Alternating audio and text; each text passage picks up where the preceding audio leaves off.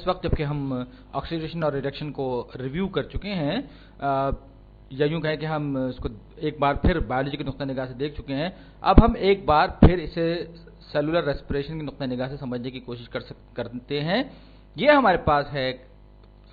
Glucose کا molecule C6H12O6 اور ظاہر بات ہے کہ یہ جس کا جو ریئیکشن ہوگا وہ پانی میں ہوگا، یہ ایکوس سولوشن کی فارم میں ہوگا۔ اس کے ساتھ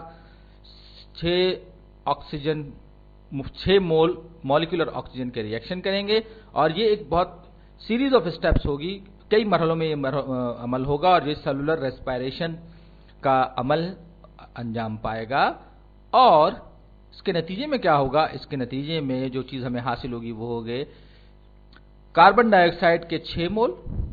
اور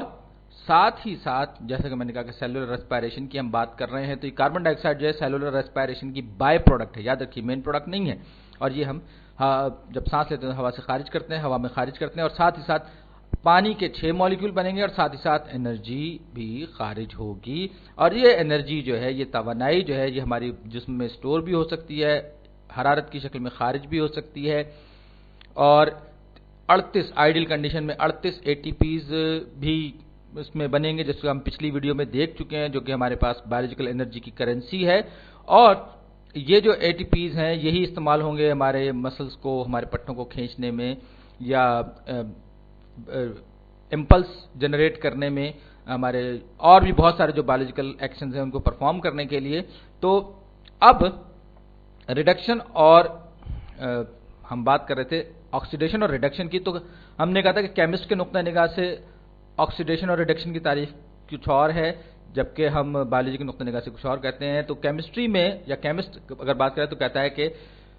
آکسیڈیشن جو ہے وہ لوزنگ آف الیکٹران، یعنی کہ الیکٹران سے محرومی کا نام آکسیڈیشن ہے، اور ریڈکشن کا مطلب ہے الیکٹران حاصل کرنا یا گیننگ آف الیکٹران۔ یہ ہم پچھلی ویڈیو میں بھی دیکھ چکے ہیں اور ایک بار پھر ہم اس پر آ رہے ہیں۔ تو اب آپ کو پریشانی ہو اس کو یاد کریں تو وہ آئل رگ والا جو فارمولا ہے کہ آئل کا مطلب آکسیڈیشن از لوزنگ اور رگ کا مطلب ہے ریڈکشن از گیننگ۔ تو یہ کیمسٹری کے نقطہ نگاہ سے یا کیمسٹری والے جب بات کرتے ہیں تو اس طرح سے کرتے ہیں، لیکن جب بایولوجی والے یا بایو کیمسٹری والے بات کرتے ہیں تو وہ کچھ اور کہتے ہیں۔ تو بایولوجسٹ اگر اسی چیز کو کہے گا تو وہ کہے گا کہ آکسیڈیشن کا مطلب ہے لوزنگ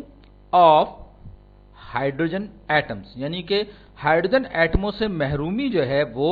آکسیڈیشن ہے، جبکہ gaining of hydrogen atoms is reduction, یعنی کہ ریڈکشن جو ہے وہ ہائیڈروجن ایٹموں کا حصول ہے۔ اور یہ دو بظاہر بالکل مختلف ڈیفینیشنز لگ رہی ہیں، لیکن حقیقت یہ ہے کہ یہ دونوں ایک ہی سکے کے دو رخ ہیں، یعنی ایک دوسرے کے ساتھ کنسسٹنٹ ہیں، صرف تھوڑا سا فرق بظاہر ایسا لگ رہا ہے کہ زبان کا فرق ہے، لیکن حقیقتاً یہ دونوں کی دونوں چیزیں ایک ہی ہیں۔ اب اگر کوئی مالیکیول لے رہا ہوں جس میں کہ کاربن جو ہے وہ ایک ہائیڈروجن کے ساتھ اٹیچ ہے اور یہ دوسری طرف کچھ بھی دوسرے ایٹموں کے ساتھ اٹیچ ہو سکتی ہے، اور دوسری طرف میرے پاس آکسیجن ہے، ایک مالیکیول ہے جس میں کہ آکسیجن موجود ہے اور وہ کچھ اور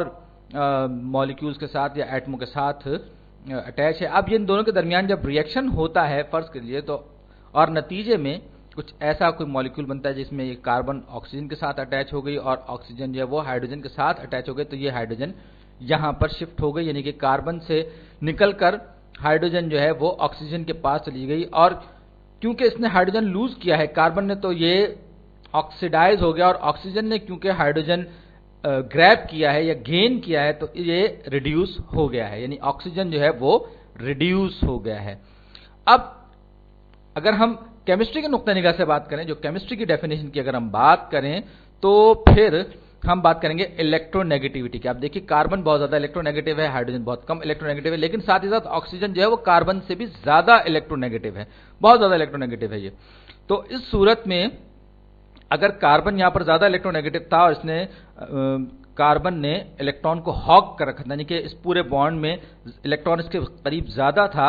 تو یہاں پر اگر آپ دیکھیں تو کیونکہ آکسیجن زیادہ الیکٹرو نیگیٹو ہے کاربن سے، تو لہٰذا یہاں پر آکسیجن جو ہے وہ الیکٹران کو اپنے زیادہ قریب رکھے گی یا ہاگ کر کے رکھے گی، جکڑ کے رکھے گی۔ تو یہاں پر کاربن کے پاس زیادہ اپرچونٹی تھی، یہاں پر کاربن کے پاس اپرچونٹی کم ہو گئی کیونکہ دوسری طرف ہائیڈروجن کی جگہ آکسیجن آ گیا ہے۔ تو ایسی صورت میں ہم یہ کہیں گے کہ کاربن جو ہے اس نے وہ محروم ہو گیا ہے یا اس کا یوں کہیں کہ ہم زیادہ اس نے الیکٹران لوز کیا ہے. اسی طریقے سے اگر ہم یہاں پر بات کریں، یہ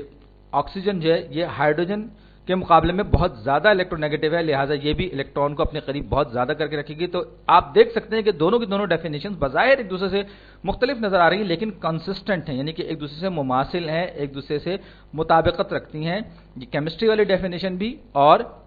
بایولوجی والی ڈیفینیشن بھی. اور یہی وجہ ہے کہ جب آپ بایولوجی کی ٹیکسٹ بک کھولیں گے تو آپ پہلے یقیناً میری طرح سے کنفیوز ہوں گے، لیکن بعد میں جب آپ کو تھوڑا تفصیل سے دیکھیں گے تو پھر آپ کو سہولت ہو جائے گی، آپ کو سمجھ میں آنے لگے گا. اب یہ میں نے گلوکوز کا مالیکیول جو کاپی کیا ہے، میں اس پر بھی تھوڑی سی بات کرنا چاہوں گا. یہاں پر تھوڑی سی غلطی ہے، یہاں پر ایک ہائیڈروجن ہونا چاہیے تھا جو غالباً لکھنے سے رہ گیا ہے. مجھے امید ہے کہ ویکیپیڈیا والے اس غلطی کو کریکٹ کر لیں گے کیونکہ میں نے یہ ویکیپیڈیا سے لیا ہے. اب آپ دیکھ سکتے ہیں کہ یہاں پر کاربن جو ہے وہ ایک طرف سے آکسیجن سے اٹیچ ہے اور ساتھ ہی ساتھ ہائیڈروجن سے بھی اٹیچ ہے. ہائیڈروجن کو اگر ہم دیکھیں، ہائیڈروجن ہر صورت میں سب سے کم الیکٹرون نیگیٹو ہے، لہذا ہر صورت میں اس کے الیکٹران دور ہی رہیں گے، لہذا کاربن کے ہر ایٹم پر +1 آکسیڈیشن اسٹیٹ ہوگی.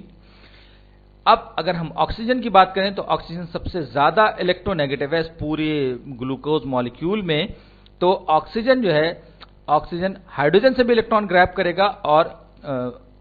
ہائیڈروجن سے بھی، تو ہر آکسیجن ایٹم پر 2- اسٹیٹ ہوگی آکسیڈیشن کی. جبکہ اگر ہم کاربن کی بات کریں تو کاربن اس پورے عمل میں، اس پورے پروسیس میں ہم کہیں گے کہ نیوٹرل رہے گا، غیر جانبدار رہے گا.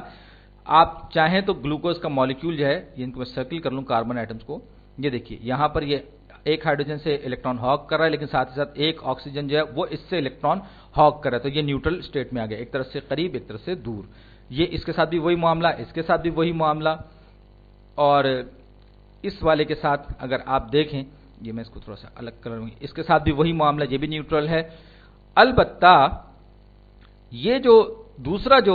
یہ والا کاربن بھی نیوٹرل ہے. اب یہ والا جو کاربن ہے، یہ جو کاربن ہے سیدھے ہاتھ والا، اس پہ اگر آپ غور کریں تو اس کے دو طرف آکسیجن موجود ہے جبکہ ایک ہائیڈروجن اس کے ساتھ اٹیچ ہے. اس صورت میں کیا ہوگا؟ اس صورت میں یہ ہوگا کہ یہ +1 اس پر چارج ہوگا کیونکہ اس کا ایک الیکٹران دور ہے، لیکن ساتھ ہی ساتھ یہ والا جو کاربن ہے،